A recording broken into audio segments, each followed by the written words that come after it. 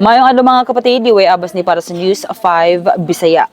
Gisumite sa Independent Commission for Infrastructure sa Office of the Ombudsman ang tanang ebidensya, findings ug uban pang mga dokumento gikan sa investigasyon ini kabahin sa maanomalya nga mga flood control project.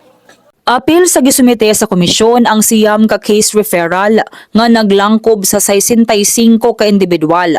Gisugdan usab sa komisyon ang pagpaglambo sa tulo ka information system nga gitumong sa pagdetect sa fraud ug uban pang irregularidad sa mga infrastructure project. Matud ni ICI Chair Andres Reyes, ang maong mga lakang nagpakita nga pinaagi sa lig-on nga koordinasyon sa nagkadaiyang ahensya sa gobyerno mahimo ang hustong investigasyon nga himong mosangpot sa malampusong pag-usig sa mga responsable ug pagbawi sa gikawat nga pondo sa publiko. Kini sa lamang tong update, magpadayon sa pagbantay sa social media pages ng News 5 para sa uban pa mga balita ug update.